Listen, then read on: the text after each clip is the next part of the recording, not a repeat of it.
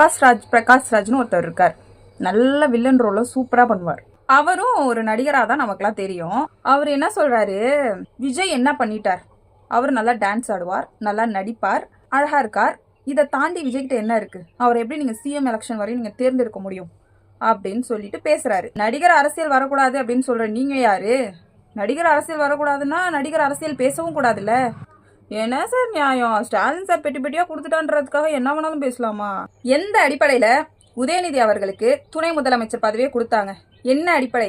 நாட்டுக்காக போராடி சுதந்திரம் வாங்கி கொடுத்துட்டாரா, இல்ல ஏதாவது பெரிய போராட்டத்துல கலந்துகிட்டாரா, இல்ல ஏழை எளிய மக்களுக்கு ஏதாவது பண்ணாரா?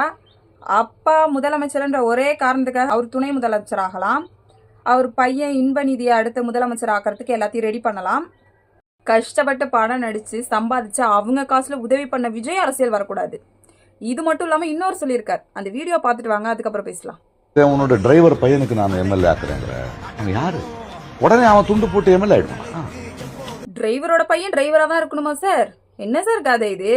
அவங்கள மாதிரி மன்னராட்சி மாதிரி வந்துகிட்டே இருந்தா அது நல்ல அரசியல். அவங்க டிரைவரை எம்எல்ஏ ஆக்குறது தப்பு. எவ்வளோ கேவலமான எண்ணம்.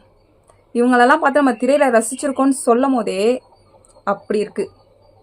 ரொம்ப ஒஸ்ட், வெரி வெரி ஒஸ்ட். காசு வாங்கிட்டோன்றதுக்காக என்ன வேணாலும் பேசலாம்னு நினைக்காதீங்க.